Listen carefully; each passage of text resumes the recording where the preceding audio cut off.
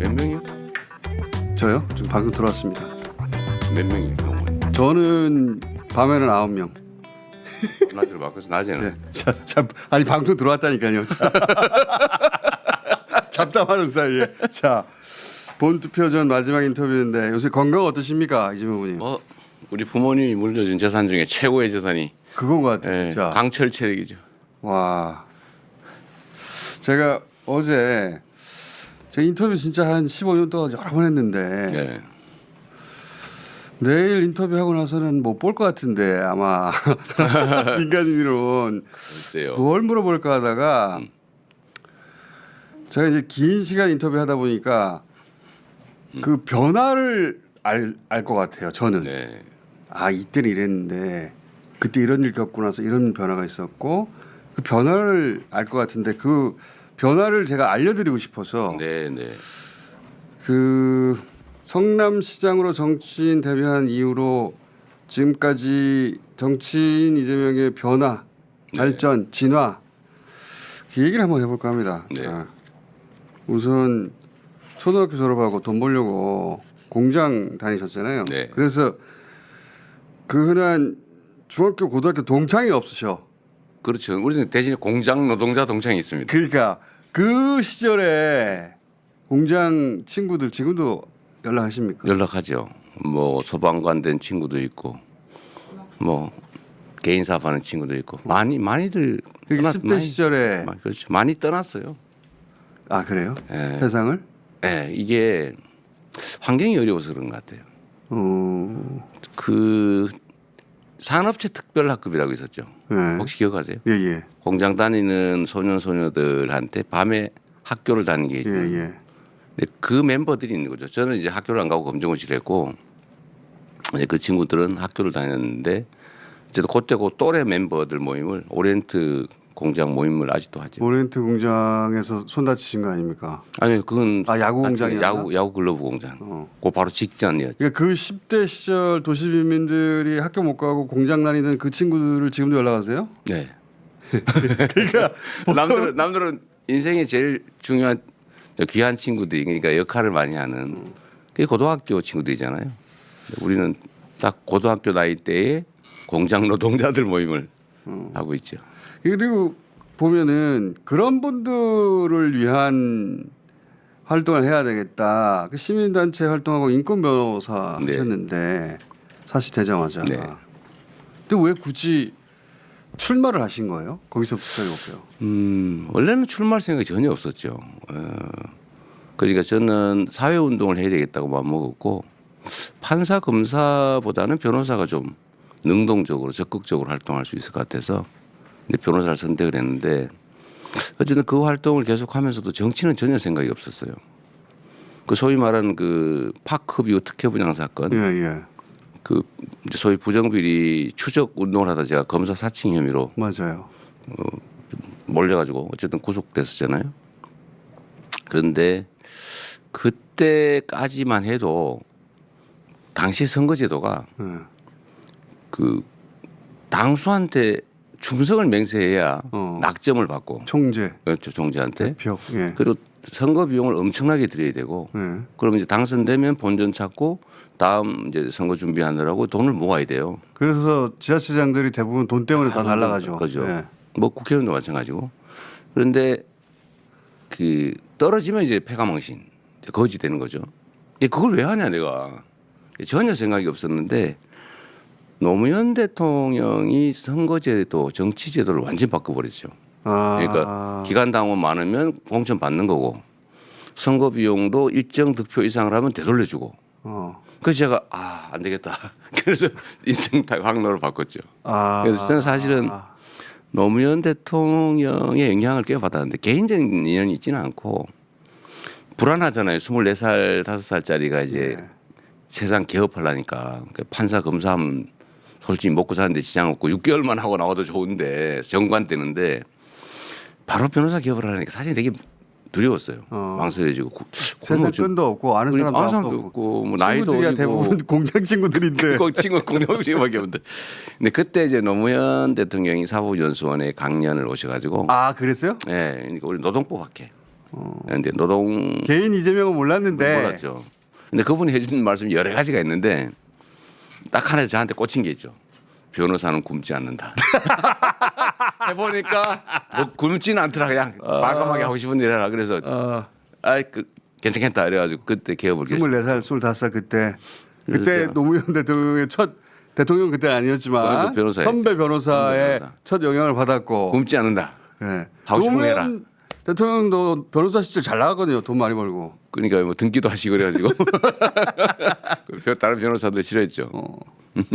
그래서 노무현 대통령 첫 영향을 그래서 받았고 나중에 그러고 이제 대통령 개업을 했는데 시민사회운동이야 열심히 했지만 정치 생각 전혀 없었는데 이 정치 제도를 바꿔가지고 충성서약 안 하고 돈 들지 않고 뜻대로 할 수 있는 세상이 열린 거예요. 그래서 제가 노무현 대통령이 열어준 길을 따라왔다고 하는 이유가 사실 그 얘기입니다. 시민단체에서 인권 변호사로 하고자 했던 일을 그러면 아예 제도를 바꿀 수 있으면 더 좋지. 그렇죠. 정치를 하면 훨씬 더 빨리 할 수 있다. 빨리 할 수 있다. 그리고 그 결정적인 계기는 이제 사실 오늘 아마 가게 될 텐데 시립의료원 만들자고 공공의료원 시립의료. 그렇지. 만들자고 했다가 근데 그거를 의회에서 47초 만에 폐기하고 막 지들 마음대로 하는 걸 보고 그때부터 제가 또 두 번째 전과가 생겼거든요. 거기서 항의했다고 특수공무지원 방해.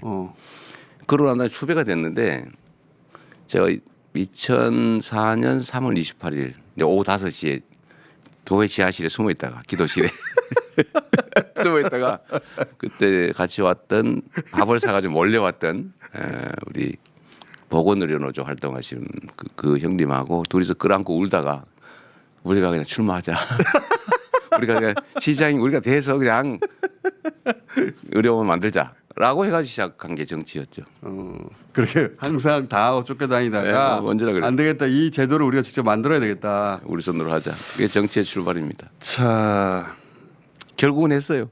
그러니까 한 정도가 아니라 2010년에 지금 성남시장 당선되셨는데, 그렇죠. 그때는 떨어지고. 네, 한 번 떨어지고, 네. 그 총선도 한 번 떨어지셔서 보면 2008년에 이제 깍두기로 나간 거고, 근데 2010년에 당선돼서 2013년에 우리가 착공했죠. 그리고 되자마자 모라토리움 선언해가지고 언론에 꽤 보도가 됐죠. 당시 거의 뭐 성남시장. 죽을 지경으로 얻어맞았죠. 근데 그때 뉴스가 되긴 했지만 이재명 이름이 널리 알려진 건 아니었어요. 성남시장이 이상한 짓을 했어 이런 식으로. 정치적 자산이 생겼죠. 근데 대신에 엄청난 맷집이 필요했고요. 제가 그때 한두 달을 전국 언론으로부터 얻어맞고 맞아요. 제가 그 다음부터는 제가 침묵 모드를 몇 달을 지켜가지고 겨우 숨만 붙어 살았습니다. 근데 제대로 알려진 건 전국구 정치인이 된 건 제 기억으로는 2016년에 박근혜 정부가 지방재정 개편하려고 할 때 그렇죠. 예. 그때 선봉에 서서 단식을 하셨어요. 무기한. 그러죠. 예. 그때 사진 같은 거 2016 저 때도 젊었네요. 저 젊은 것 좀 보세요. 그새 많이 상하셨네. 네, 많이 저건 상했어요. 열흘 단식하고 난 뒤인데도 네, 진짜 많이 상했습니다. 그때 제가 좀 폭삭 늙었수다. 그게 폭삭 늙을 수다 진짜. 저 때도 제가 인터뷰하던 시절인데 네, 그때 네. 파파이스 방송인가 달려오신 거 기억나십니까? 그렇죠. 네, 네. 단식 한참 하다가도 달려왔어요 그때. 얼마나 체력이 좋은지. 그때 열하루밖에 못 버텼어요. 근데 열하루. 그 네. 광화문 현장이 너무 시끄럽고 그 밤에 잘라 그러면 땅이 울려가지고 잠을 잘 수가 없어요. 광화문 단식은 할 게 못 되더라고요. 근데 저 때까지만 하더라도 민주당 코어 지지층 정도만 알았어요. 그렇죠. 예.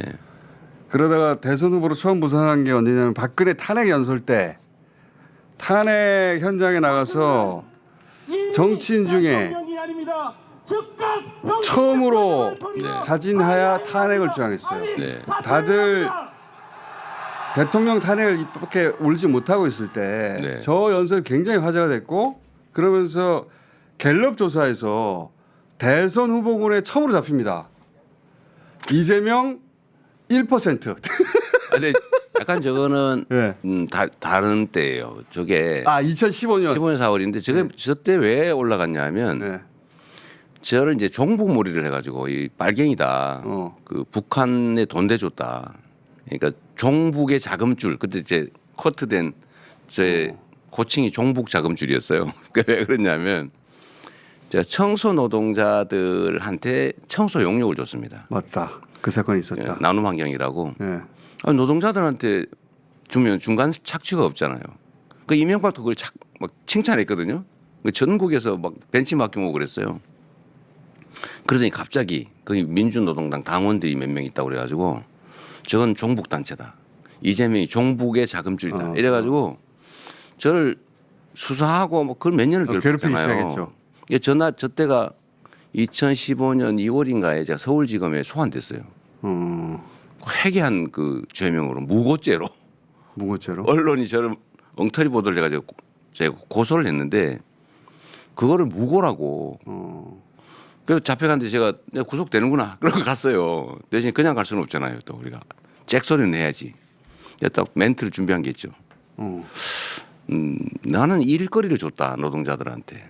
근데 나보고 종북이라 하는데 저 회사가 몇 년 동안 사회적 기업으로 선정돼서 이명박 박근혜 정권이 매년 8천만 원씩 사회적 그 기업 지원금을 줬다.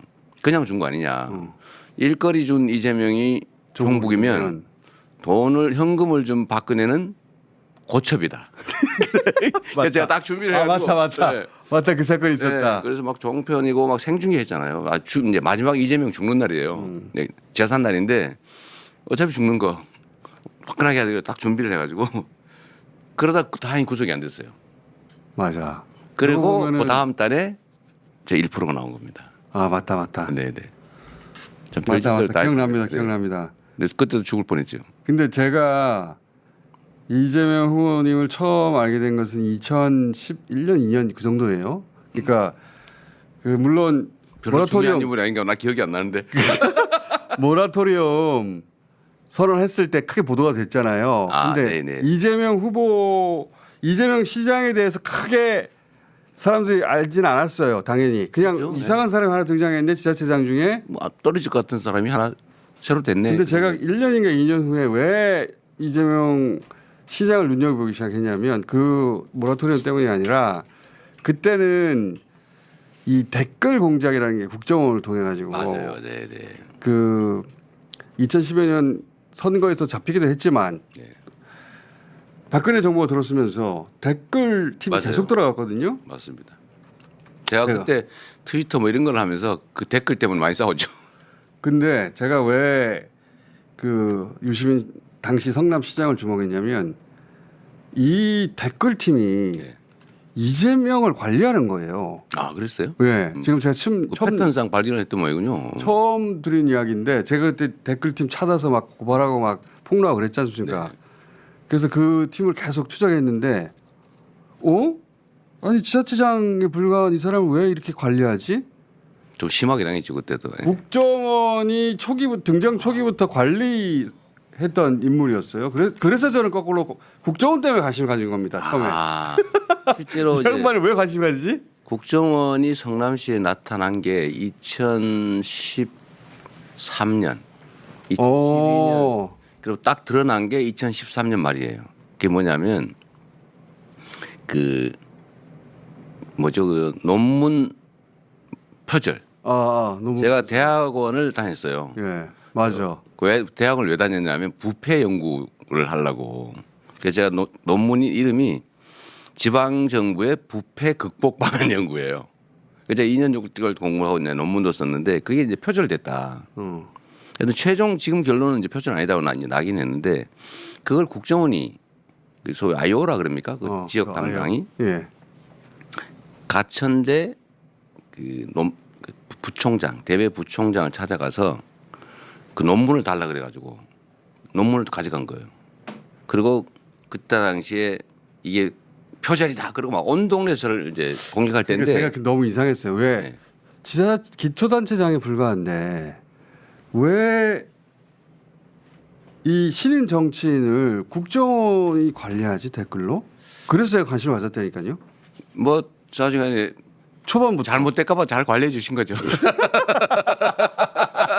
우국 충정으로 저 친구 원나가면 안 되는데 그런 거 아니었을까요? 이재명 후보는 정치권에 첫 등장할 때부터 국정원이 관리했던 인물이라는 걸 제가 알게 됐어요. 그때. 네, 그때 실제로 아예 담당이 있었던 것 같습니다. 그리고 저희 형님도 그때 국정원에서 만나서 관리하고 어쨌든 그게 가족 불화의 한 원인이었어요.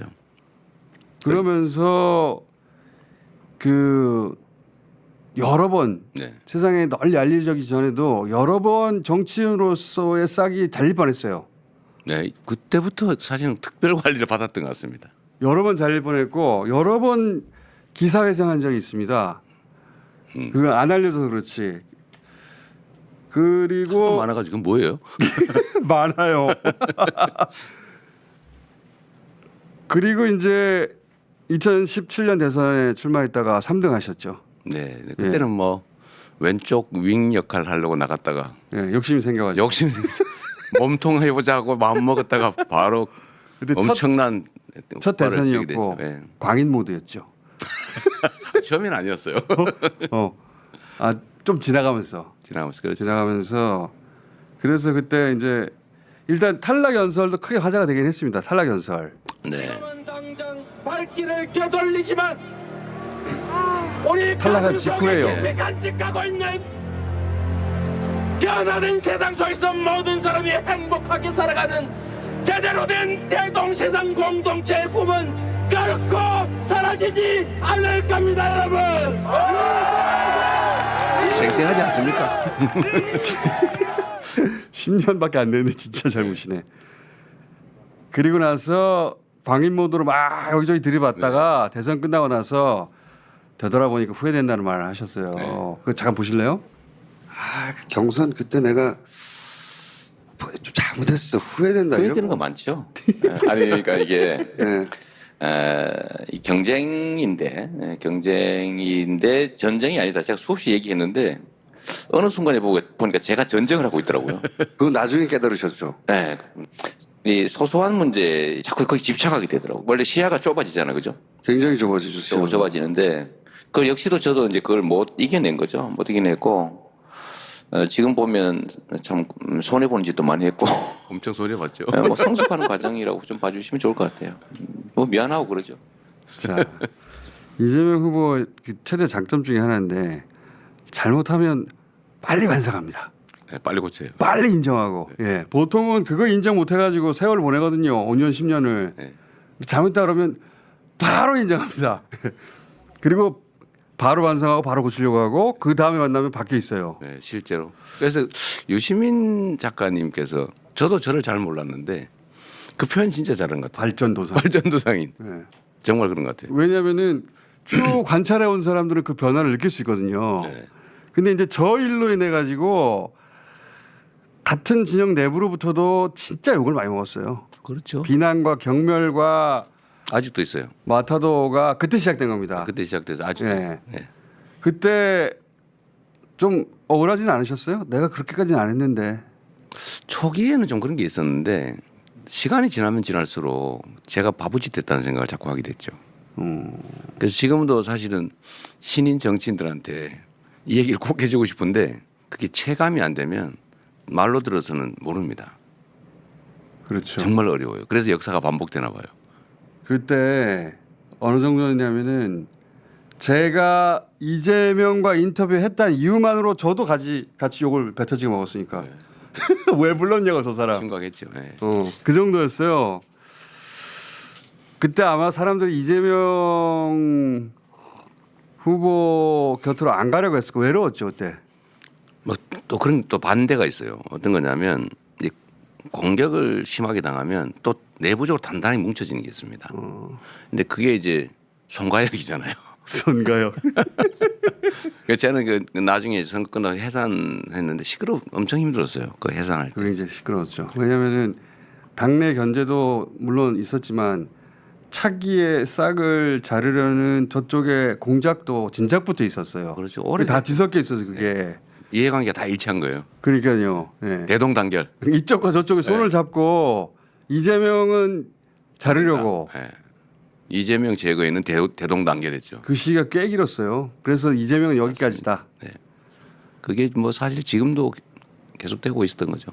그래서 검찰이 그 틈을 치고 들어갔고 그렇죠. 저는 정권을 불문하고 검찰에 당했으니까요. 그때도 굉장히 오랫동안 그 문재인 정부 때도 제가 4건을 기소당했잖아요. 그렇죠. 그거 터무니없는 거 기소당했거든요. 그때 특히 윤석열 검찰총장 들어가면서 아 이재명 이렇게 끝나나 그러죠. 싶을 정도로 계속 당하셨고 그때 민주당 코어 지지층도 아 이재명 이렇게 해서 끝난다라고 하는 게 대부분의 견해였어요. 저 빼고. 뭐 저도 이제 산화 되는구나 그런 생각도 했는데 저 빼고 몇몇 소수 빼고는 아, 이재명 여기까지다. 끝났다.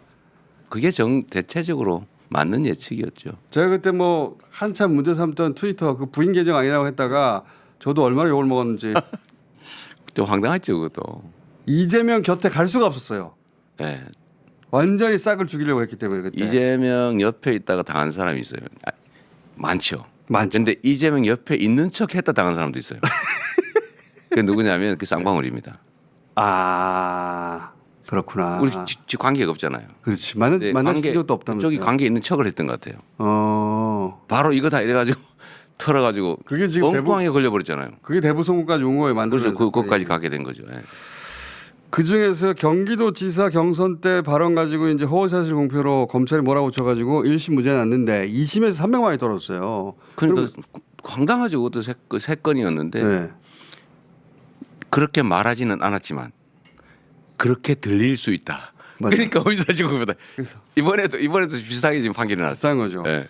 그렇게 말하는 일은 없다. 저거 그러나 나면서 경기도지사 때입니다. 그렇죠. 저거 나면서 아 이재명 이걸로 끝이다. 뭐 또 끝나는 게 통상 예죠. 통상 예죠. 2심이 대법 가서 네. 뒤집어지는 경우가 거의 없으니까. 그런데 왜냐하면 이제 대법 가서 확정되고 아 정치 인생 끝나는구나 이재명은 그럴 줄 알았어 하는 사람 진짜 많았어요. 근데 다음에 전원합의체가 무죄를 내네. 네. 근데 법 이론적으로는 죄가 될 수 없는 거예요. 야 그때 와 이것은 기적적이다 그랬어요. 물론 고등법원 판결이 기적적으로 엉터리였던 겁니다. 그 이후에 벌어질 일에 비하면 아무것도 아니라는 걸 그때 몰랐지. 그렇죠. 아 이제 끝이구나. 그때 기적인 줄 알았어요. 저게 기적인 줄 알았고 원래 인생에 반전이 그렇게 많았습니까? 뭐 이렇게 보면요 반전에 반전을 거듭하는 게 한두 개가 아니에요. 제가 저도 제 인생을 반추해 보면 앞으로도 그럴 가능성이 많은데 그 벼랑에 외길을 걸어왔던 것 같아요. 항상 그랬어요 보니까. 네. 그러니까 조금만 삐끗하면 툭 떨어지는 치면, 거죠. 떨어질 뻔하다가 또 매달려서 어떻게든 기어. 그게 한두 번이지. 그러니까 원래 삶이 그러니까 죽거나 살거나 둘 중에 하나 있던 것 같아요. 여튼 다행히 살아 있는 거죠. 그게 이제 한두 번은 그럴 수 있어요 누구나. 근데 제가 이제 그 첫 인터뷰할 때부터 지금까지 10년 넘게 쭉 되돌아보면 그때 고비 때마다 계속 인터뷰를 하거나 네, 만나왔거든요. 그렇죠. 네. 많이 도와주셨어요, 사실은. 이때 가는구나 싶을 때가 한두 번. 아 이제요 이걸로 끝이구나 하는 데가 한두 번이 아니었어요. 실제로 그렇죠. 이게 저는 여하튼 뭐라 그럴까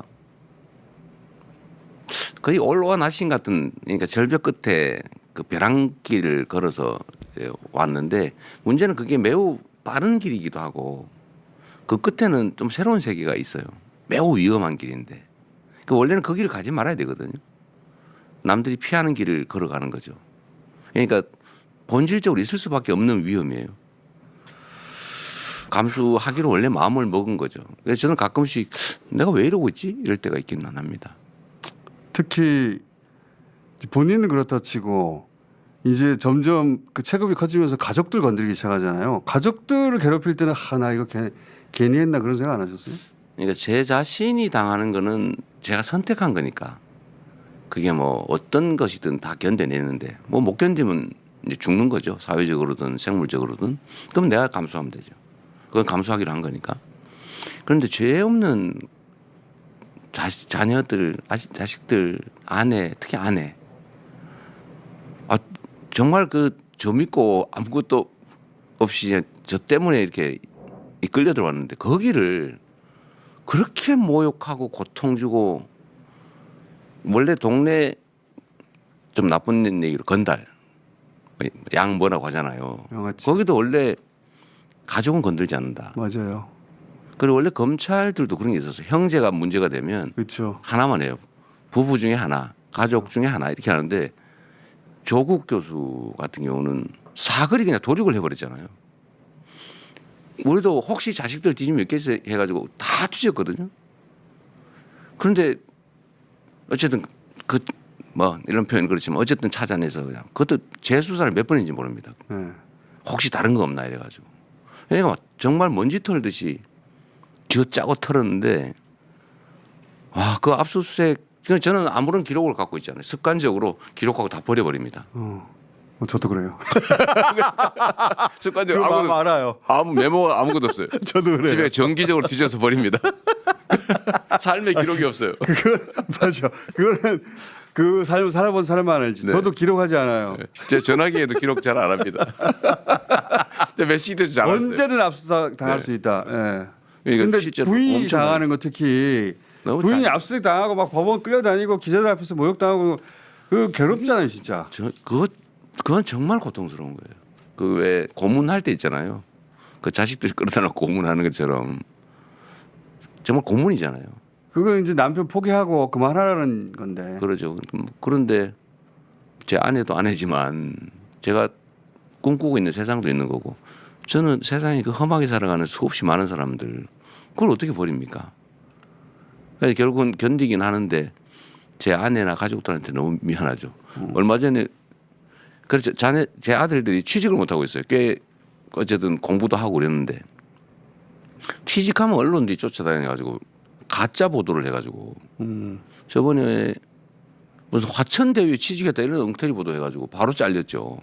다른 데 다니고. 딴 회사인데 그게 얼마 전에는 영 먹고 살기 어려워서 어디 저 시골 가가지고 교습소 알바를 했어요. 거기를 쫓아가가지고 불법 취업을 했다고. 불법 취업을. 아니 교습소 주인이 불법을 했겠지. 와 알바한 사람이 뭐 불법을 합니까? 그냥 그 기사를 쓰는 바람에 또 잘렸어요. 제가 한번 인터뷰 해봐야 되겠다. 그만하세요. 놔두세요 제발. 우리 놔두는 게 제일 좋아. 우리 이대로 내버려 두세요. 그때 기적적으로 살아났다고 했던 그 전원합의체 네. 파기환송 이후에 지지율이 굉장히 떨어졌어요. 아 그랬나요? 네, 지지율을 한 자릿수까지 떨어졌는데 코로나가 터지자 본인 행정 능력으로 네네네. 신천지 교주 2만 원씩 진압하면서 이만희 씨 그때 부활하죠. 부활합니다. 그리고 그때 신천지는 이재명을 원수로 삼았겠죠. 그 후로 그 후과를 열심히 엄청 치르고 있는 것 같습니다. 그랬을 거예요. 그리고 대선 후보가 돼서 지난 대선 0.7% 차이 패배했는데 패배 확정됐을 때 무슨 생각하셨어요? 세상 사람들한테 미안했죠. 그러니까 저의 부족함 때문에 떨어진 거거든요.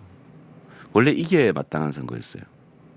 그런데 어쨌든 가짜 뉴스들이긴 하지만 여튼 저로 인해서 생긴 일들이잖아요. 그것 때문에 결국 지고 말았고 저는 정말 윤 정부가 잘하기를 바랬습니다. 왜냐하면 그게 그 사람 성공을 바라는 게 아니고 정부가 실패한다고 하는 건 국민이 고통받는 것이거든요. 그래서 나는 내 역할 이걸로 일단 접고 잘하기를 바래서 제가 빨리 승복을 해준 거예요. 혼란 없게. 왜냐하면 0. 몇 % 이러면 막 재개표하자, 뭐 불복하자, 너네 그 가짜 뉴스, 너 허위 주장 때문에 당선됐으니까 선거 무효다. 원래 이렇게 가는 거잖아요. 근데 그거를 제가 여지를 없애버린 거예요. 깔끔하게 빨리 승복. 개표가 바뀔 수도 있는데 뭐 이론적으로 하면. 그래서 제가 빨리 정리를 해주고 그냥 열심히 해서 성공한 대통령 되시라.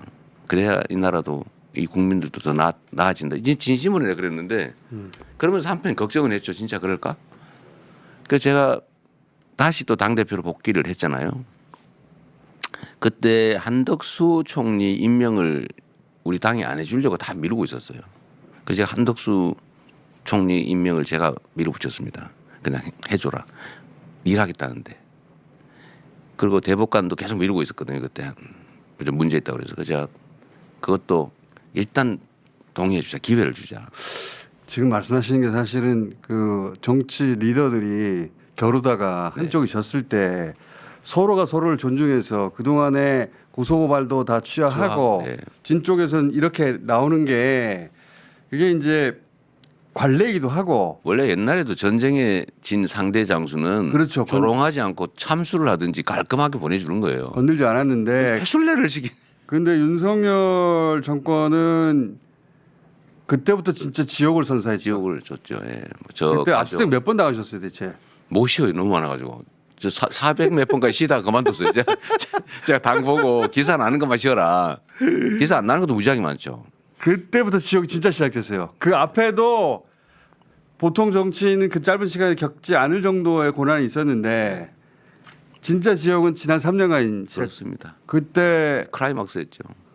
뭐 가족들 괴롭히는 것부터 시작해가지고 그리고 당내에서도 이참에 이재명이라고 하는 라이벌이 없어지면 좋으니까 그런 세력들이 네. 있었어요. 그래서 실제 검찰 손에 윤석열 손에 넘겨주려고 한 이들이 수십 명 됐죠. 그래서 체포 동의안 통과된 거 아닙니까 그때? 그렇죠. 149표, 와. 첫 부 136표, 기권 6표, 두 무효 번째죠, 저기. 4표로서 번째이죠. 가결되었음을 선포합니다. 저때 넘어간 민주당 의원들 누군지 아십니까? 근데 그 얘기 전에 예. 첫 그 동의안 표결 때 이미 사실 그 숫자는 드러났어요. 간당간당했어요. 예. 기권, 예. 무효, 예. 경고거든요. 그리고 실제 경고를 받았어요. 6월 달에. 뭐라고 경고를 받았습니까? 이제 와서 하는 이야기인데. 10월쯤에는 무사하지 못할 거다. 아 알고 있습니다. 그러니까 본인을 위해서나 당을 위해서 관둬라.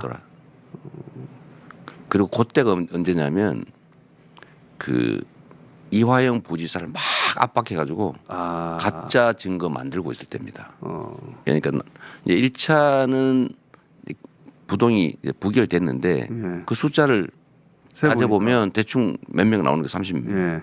딱 30명 가까이 보니까. 나옵니다. 예, 30여 명 됐죠. 그리고 그거 가지고 저한테 협박을 한 거죠. 이제 봤지? 이 정도 우리 숫자 있다. 야 그만둬라. 그래서 뭐 9월 위기설, 뭐 10월 어쩌고 막 했잖아요. 그리고 그때 정말 맞춰가지고. 그리고 2차 표결은 제가 버티니까 그냥 그렇게 못하겠다 내가. 뭐 이게 내 것도 아니고 내 개인 삶이라면 내가 포기할 수 있는데 이게 얼마나 많은 사람들이 관계된 일인데 이런 식으로 거래해서 접을 수는 없다. 그래서 감옥을 가더라도 그냥 고다 이렇게 해가지고 갔는데 결국은 그 딱 그 정도 숫자예요. 예, 가결해서 제가 뻔냈죠. 저 띵동동 하시는 저 경호원분 그 소리 좀 줄여주세요. 방금 띵동띵동 배경 들린 거는 경호원들 폰이 울렸습니다. 근데 누군지는 아세요? 대충 알죠. 이게 또 그 반복되는 패턴인데 이재명을 죽이려는 사람들이 있어요. 근데 그 끝은 꼭 그들이 죽습니다. 맞아요. 이분들이 거의 다 그랬어요. 이분들이 다 경선 탈락하고 당 나가고 그랬잖아요. 그러죠. 제가 가끔씩 그런 상상을 할 때가 있는데 왜 나한테 와서 들이받고 내가 때렸다고 주장하지? 이런 생각을 할 때가 많아요. 맞아. 가만히 있는데. 가만히 데 와서 들이받고는 그리고 나중에 보면 그 사람들 어디 갔지? 그 사람들이 오히려 딱 그 얘기가 맞습니다. 근데 저 때 저렇게 가결되고 나서 당도 난리가 났지만 전 사실 구속되는 줄 알았어요. 저도 구속될 가능성이 높다고 봤어요. 그래서 당시 정청래 수석하고 네. 무슨 얘기를 제가 그때 했었냐면은 구속이 될 것 같은데 그러면 구속돼도 절대 사퇴하면 안 된다. 네. 그런 얘기 한참 했었어요. 그러면서 뭐 구속된 채로 총선 치러야 된다. 막 그런 얘기를 한참 했는데 다음날 새벽에 나왔어. 우리는 그 이전에 저는 원래 험한 삶을 살아서 그런지 모든 가능한 경우를 다 대비해요. 그러니까 A안, B 플랜, 다 C 플랜 이렇게까지. 이제 구속될 경우를 상정한 플랜도 다 만들었죠. 네. 아니, 그 가능성이 제일 높다고 봤어요 저는. 그러니까 그때를 대비해서 정청래뿐만 아니라 우리 지도부하고 다 상의를 해놨죠. 저기 다시 한번 들어봐 주세요. 저기 장사한 지 사흘 만에 걸어 나온 거지 저기. 그래서 저거 보고 처음으로 야 불사신인가? 라는 표현을 처음으로 생각했고 근데 저희 끝인 줄 알았는데 그 다음에 가덕도가 있었죠. 와, 이거 영상 한번 보셨어요 나중에? 저 보기 좀 어렵던데요. 그래도 한 번만 봅시다 네, 네. 다시. 너무 자. 끔찍하더라고요.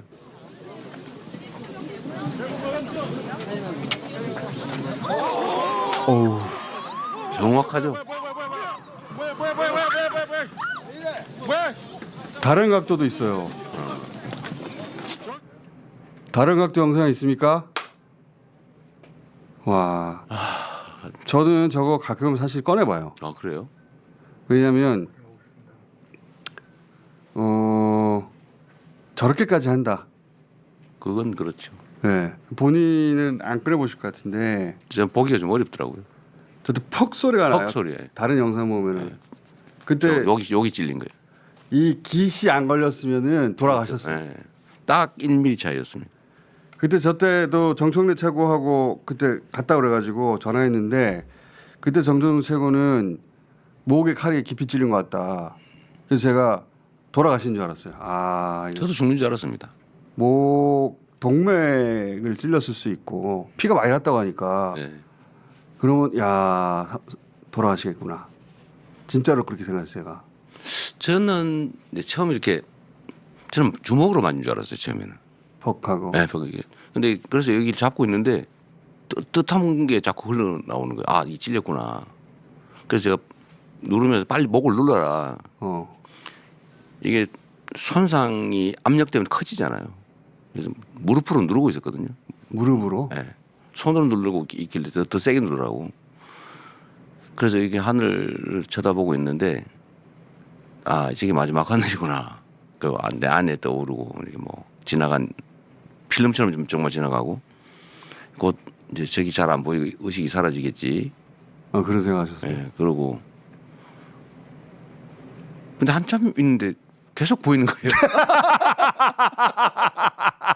여기 살 수 있는 거 아니야? 아 처음엔 이게 마지막 하늘이구나 맞아, 생각하셨구나. 그렇죠, 예. 내가 그 얘기는 들었어요. 그 수행 왔던 분한테 그 내가 갈지 모르니까 그 아내한테 이 말을 전해달라고. 네.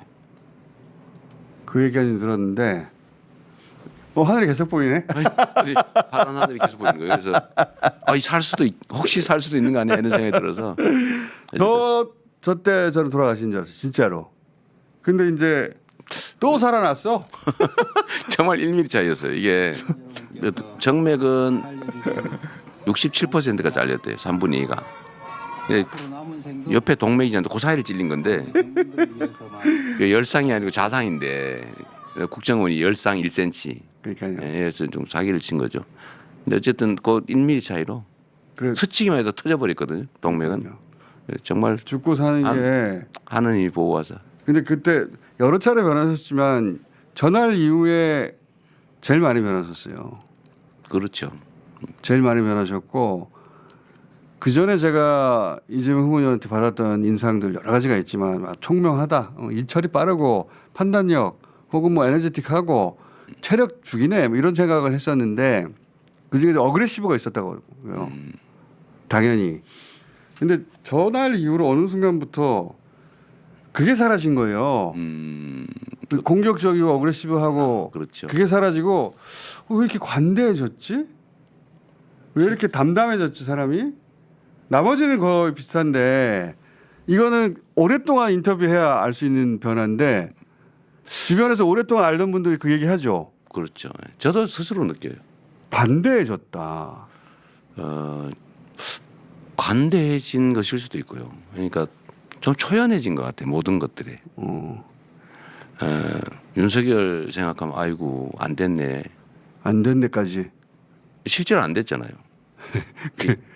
안 됐잖아요 지금. 안 된 측면 있죠. 인간적으로는. 예. 그 제가 그분 근데 그 생각을 사람이 날 하니까 그렇게 괴롭혔던 걸 생각하면은 화나는데 예.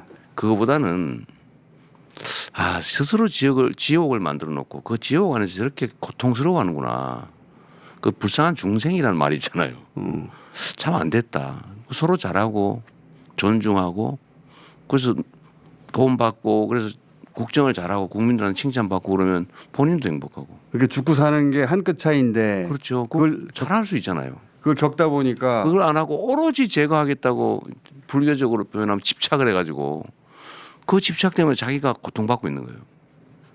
그래서 그게- 불쌍하다 또 한편 생각하는 게 그냥 하는 소리가 아니라 진짜 그렇게 느끼시는 거죠. 그럼요. 그리고 이제 그걸 사람으로 보이지 않고요. 그 자연 현상으로 보여. 그냥 그 사람이 할 수 있는 게 이밖에 없구나. 수사, 제거, 억압, 압박.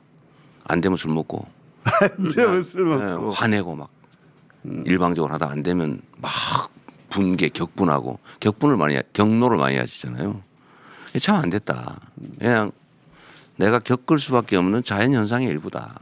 그냥 높은 산, 깊은 강, 이 바람. 그냥 그러니까 태풍 같은 그냥 견뎌내는 건 내 몫이고 저걸 내가 왜 태풍 불어?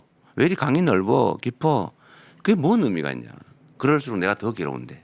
그게 저 칼 사건 이후에 어느 순간부터 도달하신 거죠. 그 전에는 이런 생각이 있긴 했는데 일상화되지는 않았거든요. 네. 근데 저 일이 있고 난 다음에는 죽는 것도 뭐 사는 거와 뭔 차이가 있냐 그런 생각이 들더라고요. 저게 끝인 줄 알았더니 끝판왕에 나와서 계엄이 나왔어요. 그러니까 저는 그때 그러니까 그런 차이죠. 그 전 같으면 당황했을 것 같아요. 아, 당황하고 두렵고 근데 제가 그 질문 하려고 그랬는데 왜 계엄 터지자마자 지난번에 한번 여쭤봤는데 제일 먼저 생각난 게 방송한 거였잖아요. 광주. 노타임으로 네. 광주가 생각나고 대응 방법은 국민들밖에 없다. 그리고 가면 잡히는 거잖아요. 저거 가서 계엄 해제 안 되면 죽는 거죠. 그 계엄 해제 가능성 거의 없죠. 보통 우리가 아는 상식적으로는 상식적으로. 아니 어떤 바보가 그걸 열어놓겠어요. 근데 저 바보 짓을 한 거예요. 하느니 보호하자. 당연히 저는 문 앞에 저를 체포하기 위해서 대기하고 안 되면 국회를 봉쇄하고 이미 군대가 다 에워싸고 또 아니더라도 밀고 들어오고 공포탄 쏘고 그러니까요. 그 포금탄 터뜨리고 잡혀간다. 잡혀가고 때려 부시고 예. 잡혀가고 당연히 고문은 기본인데 자백 받아야 되잖아요. 저 부정선거 했습니다. 그거 써야지 뭐. 솔직히 어떻게 해요. 그래서 내가 제일 무서운 게 저는 죽는 게 안 무섭거든요. 그렇게 되신 것 같아요. 네, 죽는 게 전혀 안 무서워요. 근데 전혀 안 무서운데 야구 방망이는 무섭더라고. 야구 방망이로 그래서 때리면 차라리 칼, 뭐 총 깔끔하게 그건 괜찮은데 야구 방망이는 진짜 머리 끔찍한 거예요. 너무 괴롭잖아요. 그걸 노상훈이가 아는 겁니다.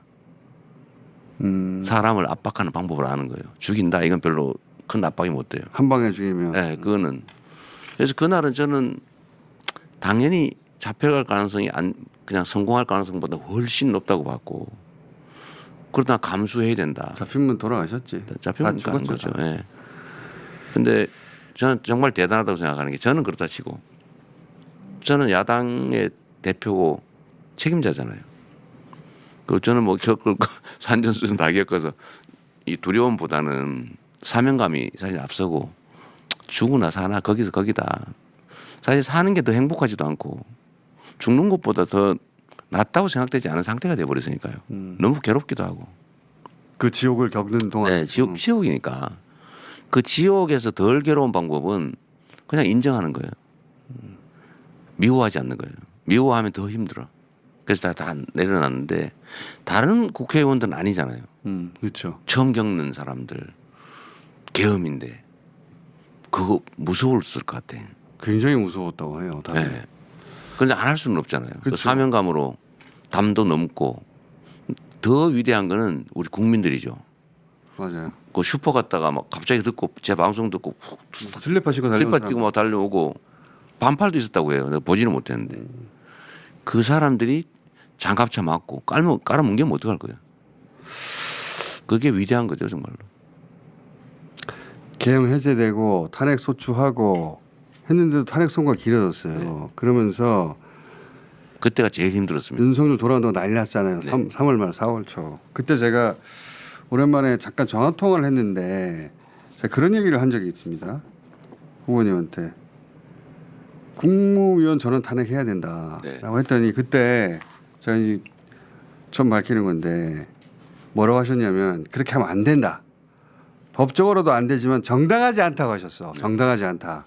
그래서 나 그때는 그래도 해야 된다고 하고 전화를 끊었어요. 끊긴 했는데 질문이 하나 있습니다. 그 역사 앞에서 정당한 게 그렇게 중요한 겁니까? 합법 불법 정당 부정당 그 문제도 있는데 사실 그게 제일 나은 해결책이 저는 아니라고 봤어요. 정말 성질 같아서는 싹 해버려야죠. 그리고 그들은 그렇게 당할 만큼 잘못했어요. 근데 그 다음에 올 상황이 정당하지 않다고 대중이 판단하면 대중 동원이 안 됩니다. 그게 움직이지 않죠, 정당성의 스스로. 힘이죠. 그런데 전원 탄핵해버리면 이제 정부는 없는 상태가 돼요. 근데 문제는 그 다음 승계 순위가 법에 안 정해져 있습니다. 국회로 뭐 예를 들면 선출직으로 넘어온다. 그거 만들어야 될 것 같은데 이제는 그렇게 되면 모르겠는데 그냥 없어지는 거예요. 근데 국회가 통제할 수 있냐? 없어요. 그러면 머리가 없는 상태가 되는 거예요. 나쁜 머리라도 있어야 정당하지도 않고 그것이 통제되는 상황도 아니다. 이게 무정부 상태가 될 수 있어요. 종합적으로 판단했을 때. 네. 그게 제일 문제였죠. 근데 제가 그때 근데 그 무정부 상태의 가능성을 마지막으로 막아주는 거는 국민들의 힘인데 국민들에게는 정당성을 부여해 줘야 돼요. 정당성이 무엇보다 네. 근데 그게 혼란이 생겨버리면 국민들이 나서기 어려워지죠. 근데 근데 고민은 참 많았죠. 제가 그때 그 통화하고 나서 저는 그때 그래도 저는 탄핵해야 합니다 하고 전화 끊었는데 뭐 내가 그렇게 할 수 있는 건 아니지만 끊었는데 그런 얘기 많았어요. 예. 근데 제가 그 통화 이 얘기를 다시 왜 꺼내냐면 정당하지 않다는 표현을 쓰시고 나서 제가 그때 처음으로 이분이 대통령 될 준비가 끝났구나 생각했어요. 아, 그러셨어요? 네. 저는 그렇게 떠들어도 되거든요. 근데 대통령이 될 사람은 판단이 그렇게 달라야 되죠. 저는 그렇게 끝났구나. 그렇지. 대통령이 될 사람은 그렇게 판단해야 되지. 언제나 전체를. 뭐 제가 뭘 한다는 게 아니고 언제나 전체를. 그때 그 생각을 했고 그 다 끝난 줄 알았더니 또 대법원이 파기환송을 제가 이 많은 과정 중에 제일 황당한 거였어요. 다른 것들은 어느 정도 예측을 했는데 이거 예측 못하셨죠? 이거 전혀 예측 못해. 대법원이 이렇게까지 노골적으로 대선에 개입하나? 진짜 아무도 예측 못했어요. 저 일종의 특종일 수도 있는데 예. 그 얘기를 하면 대법원 쪽에 저한테 직접은 안 오지만 이 소통들이 일부잖아요. 예, 예. 사람 사는 세상에 이게 없을 수 없거든요. 제가 들은 바로는 빨리 정리해 주자였다고. 저도 비슷한 얘기 들었어요. 빨리 기각해 주자. 깔끔하게. 그랬다고 해요. 저도 그런 얘기 들었어요. 그런데 어느 날 바뀌었대요. 갑자기. 조희대 대법관 네, 갑자기 바뀌었어요. 대법원장이. 그 과정은 뭐 말하기 그렇고 네. 갑자기 바뀌어서 저는 선고한다 그래서 고맙구나 이런 생각했다니까요. 빨리 아니, 해주는구나. 그 평론가들 저쪽 심지어는 모두가 다 보수 진영의 평론가들도 다 비슷하게 얘기했어요. 이게 지금 이 시국에 시국도 있는데 이 시점에. 판결 내용이 그 주심 대법관이 무죄 판결한 판결이 있어요. 그 뺏겨서 쓴 게 고등법 판결이에요. 그러니까요. 그거 참석한 사람이. 그 똑같은 사람이 주심을 했는데 반대로 쓴 거예요. 야. 그리고 더 웃기는 거는 기각은 금방 할 수 있어요. 그래서 파기를 하려면 기록을 봐야 될 거 아니에요. 그렇죠. 바꿔야 되는데 왜 바꾸는지 이유가 있어야 되잖아요. 그 핑계를 예를 들면 그 법률 판단이라서 쉽다라고 주장을 했는데 사실관계를 바꿨어요. 바꿨죠. 우리 국민들께서 잘 이해를 못하실 수도 있는데 사실의 인정 문제, 사실은 이러하다. 근데 이게 법으로 이렇다. 이거 두 개가 나눠지는데 대법원은 법률 판단만 하게 돼 있어요. 그렇죠. 사실 판단은 고등법원까지만. 사실관계를 바꾸는 거는 특별한 사유가 있어야 되는데 그러려면 증거를 봐야 되잖아요. 그렇죠. 증거가 6만 쪽이에요. 그래서 그걸 이틀 동안 봤냐 뭐 얘기를 하는 겁니다. 안 봤대잖아요 지금. 예. 최종 결론은 안 봤다예요. 안 보고 판결을 한 거예요. 보고 싶어도 그 시간 내에 볼 수가 없죠. 불가능하죠. 예. 한 두 달 6만 걸려요. 페이지를. 예. 그러니까 기록 복사도 안 했으니까 안 했어요. 볼 수 있는 기록이 없어요. 그래서 저는 저도 나름 법조인으로 먹고 산 지가 수십 년이잖아요. 그리고 정치도 꽤 오래 했고 정말 산전수전 다 겪었는데 이틀 만에 파기환송하는 거 보고 정말 황당무계했습니다. 이럴 수가 있나. 그러니까 저는 그때 그 사건을 보면서 무슨 생각이냐면 모든 기득권이 다 이재명을 죽이려 하는구나. 그중에서 사법부의 대법원장이 저렇게까지 나서는구나. 와 진짜 대단하다 어떤 의미에서는. 근데 다 실패해. 아니 저는 여전히 사법부에 대한 신뢰가 있어요. 사법부는 한 명, 두 명이 하는 게 아니고 법관은 독립돼 있거든요. 이론적으로 실제로 상당 정도 독립돼 있어요. 예를 들면 위증교사 사건이라든지 구속영장 담당 판사들도 사법부 구성원인데 제가 다 구속영장 발부될 거라고 봤지 않았어요? 그렇죠. 저도 그렇게 각오했으니까요. 근데 기각하잖아요. 기각하는 게 이론적으로는 맞아요. 그러나 그때 당시 과연 기각할 수 있었을까? 그렇죠. 근데 사법부가 실제로 독립돼서 외부의 압력이 엄청났을 것 같아요. 그리고 제 2심 무죄. 그때 다 유죄 나오는 줄 알았거든요. 네. 그것도 대단했죠. 그렇죠. 그 진정한 그것도 독립이지. 그게 진짜 저도 그 얘기 재판 과정에 관한 얘기를 이제 들은 게 있잖아요. 느낌이나 이런 것들을 정말 힘들었을 겁니다. 왜냐하면은 그분들이 평상시 진보적인 재판관이 아니었어요. 그래서 아마 믿고 맡긴 것 같은데 그분들이 어느 누구보다 꼼꼼하게 네. 완벽하게 이 사람은 왜 무죄인지를 입증하는 판결문을 썼단 대법원 말이에요. 판결을 그대로 뺏겨 쓴 거예요. 맞아요. 철저하게. 그냥 대충 한두 개 해서 무죄해도 되는데 모든 가능성에 대해서 모든 판례를 다 그러니까 해가지고 뒤집히지 말라고. 도저히 불가능한 뒤집기가. 그런데 이거를 법률 판단을 뒤집었을 뿐만 아니라 사실까지 뒤집었는데 그 증거를 보지 않고 사실을 뒤집은 사실상 이틀 만에 그 판결을 내요. 이틀 만에 한 거죠. 그러니까 말도 안 되는 말이 거지. 안 되죠. 그 제일 정도로 황당했어요. 그러니까요. 그 정도로 이재명을 죽이려 한 거예요. 근데 다 실패. 제가 얘기를 더 맞아 정하면 그래서 이걸 가지고 사법부 전체를 불신하는 것은 바람직하지 않아요. 이 집단으로서의 사법부는 나름의 집단 지성이 있습니다. 그래서 저는 지금도 여전히 신뢰를 해요. 근데 그 신뢰도가 좀 떨어지긴 했죠. 좀 이질적 요소가 좀 생각보다 많구나. 그러니까 전체 대부분의 법관들이나 사법부 구성원들은 실제로 근데 제가 신뢰잖아요. 영장 위증교사 저를 기소한 그 수많은 사건 중에 제일 가능성이 높다고 검찰이 굳이 떼서 빨리 판결한 거잖아요. 다른 거는 막 증인 478명, 선거법 증인 50몇 그걸 고른 명. 거죠. 일부러 막 시간 끈 거예요. 관계도 없는 증인해가지고 왜냐면 무죄 나면 곤란하니까. 근데 제일 가능성이 높다는 이 사건도 어쨌든 그 결론이 났잖아요. 그러니까 이걸 가지고 전체 법원을 폄하하거나 불신하는 건 우리 사회 모두 손실이에요. 그 점은 좀 뉘가 일부 있다 해서 그걸 다 버릴 일은 아니죠. 지금 밖에서 막 다음 일정 때문에 네네. 독촉이 한참인데 저도 이제 민간인으로 만나는 건 마지막이니까 뭐 모릅니다. 네, 아직 40몇 시간 남았어요. 뽕좀 30, 뽑고 30 갈게요. 시간, 네. 자, 몇 가지 질문 안 남았는데 네, 그랬어요. 이제 남은 거는 진짜 이거 암살밖에 없는 거 아닌가? 그런 생각들을 여전히 하시는 분들이 있는데 뭐 저도 그렇게 생각하죠. 그죠? 그밖에 없는데 그 너무 집요해요. 방탄유리 바깥으로 제발 나오지 좀 마세요. 아니, 저는 사실 말씀드렸잖아요. 첫 번째로는 죽이려고 하면 어떻게든 못 죽이겠냐 이 생각이 하나 있고 그걸 가린들 그 전에 뭐 다른 방 돌아다닐 때 얼마든지 노출돼 있죠. 그래서 그 생각이 하나 있고 두 번째는 제 개인 인생으로 보면 뭐 죽으나 사나 거기서 거긴데 그래서 제가 막 나가 봤어요. 나가서 하다가 그 오신 청중들이 지지자분들이 연설 안 들어요. 들어가! 당연하죠. 들어가!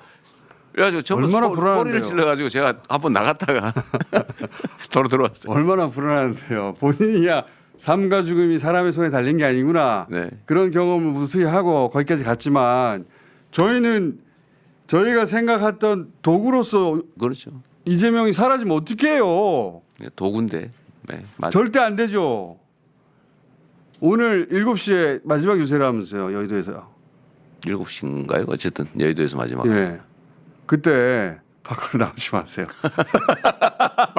마지막으로. 그때 제발 그 안에 계시라고. 네. 예. 좀 답답하겠지만 그리고 좀 미안한 마음도 있으시겠지. 답답하지는 않죠. 답답할 게 뭐 있어요. 미안하죠. 그렇죠.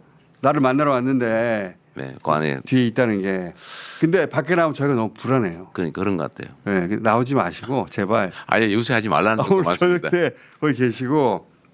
마지막 질문인데 제가 뭐 그 신을 믿는 것도 아니고 운명론자도 아니긴 하는데 이 이재명 후보님의 오랫동안의 그 지금까지의 궤적을 이렇게 짚어보잖아요. 네. 진짜로 기적적으로 살아남았다. 그것도 한두 번이 아니다. 그러면서 무슨 생각을 하게 됐냐면 이렇게까지 살아남은 건 이유가 있지 않을까? 그런 생각 안 하세요? 나는 이런 뭘 하라고 살아남았나 보다 그런 생각. 저는 제 개인 인생사에 대해서는 예를 들면 뭐 재판이든 이런 거는 내용이 없기 때문에 사필 규정할 거. 제가 사필 규정이란 말 많이 하잖아요. 진인사 대천명 사필 규정. 진짜 사필 규정을 믿어요. 실제로 그대로 되어 왔어요. 그건 너무 상대가 공격을 무리했어요. 과유불급이죠.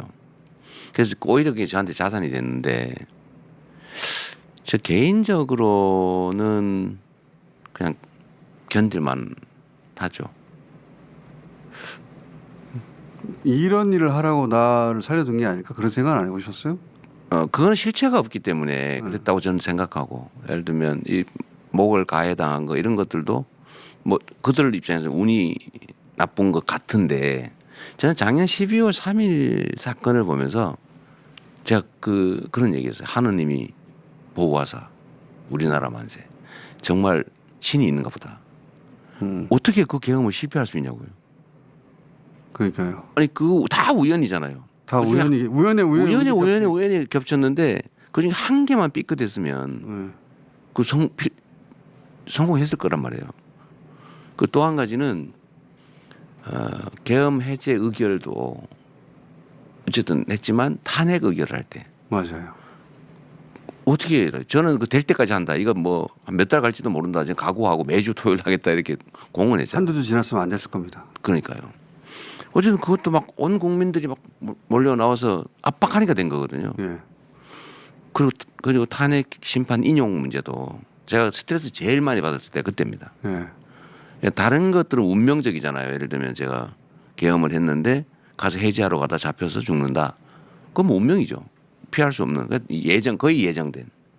근데 탄핵은 기각하면 안 되는 거잖아요. 안 되는 이론적으로든 현실적으로든 역사적으로든. 그런데 기각될 수 있다는 생각이 어느 순간에 들기 시작했단 말이에요. 처음으로. 이거는 정말 숨막히는 일이었어요. 맞아요. 가장 스트레스 쌓이는. 근데 이건 역시도 국민들의 힘으로 이겨내는데 이걸 보면서 이 우연들, 이 엄청난 우연이 점철됐는데 근데 결론은 국민들의 뜻에 따라서 흘러간 거잖아요. 정말 하느님이 보호하신 것 같아요. 제가 애국가에서 부를 때마다 하느님 보호하자 할 때도 그때잖아요.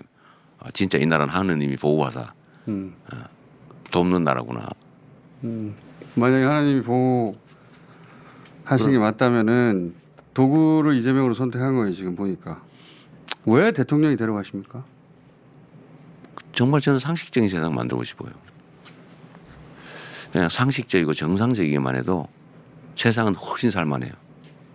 그냥 제가 말씀드리는 거 규칙 어겨서 득볼 수 없고 규칙 지켰다고 손해보지 않는 그냥 누구 말씀처럼 콩 심은 데 콩 나고 팥 심은 데 팥 나는 그냥 상식적인 사회. 그냥 법이 지켜지는 사회. 공정한 사회. 나머지는 각자 경쟁해서 뭐 역량 따라 사는 건데 그 기본적인 판은 공정해야 되잖아요. 그냥 그런 상식적인 사회를 만들고 싶어요. 그래서 저보고 누가 진보 뭐 좌파 이런 소리는 저는 실제로는 거기에 이르지 못해요. 그냥 상식적인 우리가 만든 합의가 지켜지는 예측 가능한 사회. 근데 그 정도만으로도 충분히 지금보다는 훨씬 나은 세상을 만들 수 있죠. 손영공 때 사진하고 최근에 후보 된 이후의 사진하고 서로 만나서 껴안는 영상을 누가 하나 만들었더라고요. 제가 저거 봤는데 저 볼 때마다 갑자기 눈물 나요. 네, 정말 잘 만들었네요.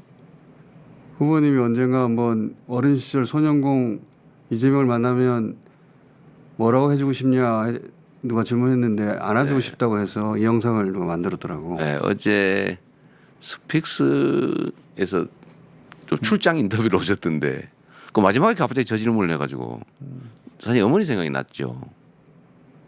저 껴안는 장면 있지 않습니까? 네. 저도 저거 보고 한참 왜냐면 저 소년공 사진 네. 하고 지금 좀 닮았네요. 그러고.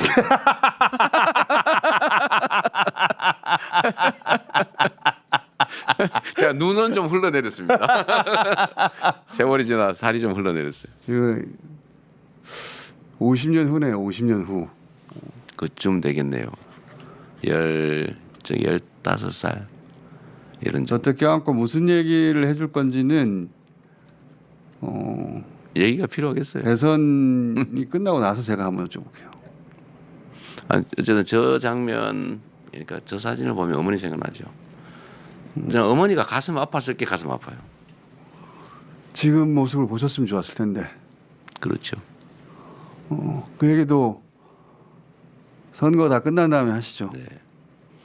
어쨌든 제 시장 출마하고 어쨌든 그 과정에 가장 고통받으셨죠. 어디로 들어가십니까? 근데 용산으로 가십니까? 아니 뭐 결과가 나온다면 저는 또 지금 그런 얘기하면 또 뭐 다 된 것처럼 이렇게 할 가능성이 있어서 알겠습니다. 그러나 일반적인 얘기를 하면 예. 농산으로 가는 게 맞습니다. 너무 많은 비용이 들고 시간도 많이 걸리고 고생도 심하고 빨리 청와대를 수리해서 기간 동안만 있다가 청와대로 가야죠. 일단 용산으로. 돈 들여가지고 왜 그런 짓을 합니까? 보안도 안 되는데. 자, 그게 뭐 용산 용의 여의주 자리라면서요? 다 끝나고 언제쯤 다시 인터뷰를 하실 수 있을래나? 6월이 가기 전에 한번 해주세요. 짧게라도. 결과가 어떻게 될지 모르지만 예. 뭐 인연이 끊어지게 하겠습니까? 그러니까요. 6월이 가기 전에 네. 연락하기도 굉장히 어려워지겠네. 떨어져서 하는 고통이 없었으면 좋겠네요. 그때는 제가 연락 안 하죠. 감사합니다. 연락 드리면 잘 된 거죠. 예. 그때 연락 드릴 때 연락 맞습니다. 야 생까지 마시고. 네, 감사합니다. 그때 다시 뵙겠습니다. 감사합니다. 네, 감사합니다. 네. 수고하셨습니다.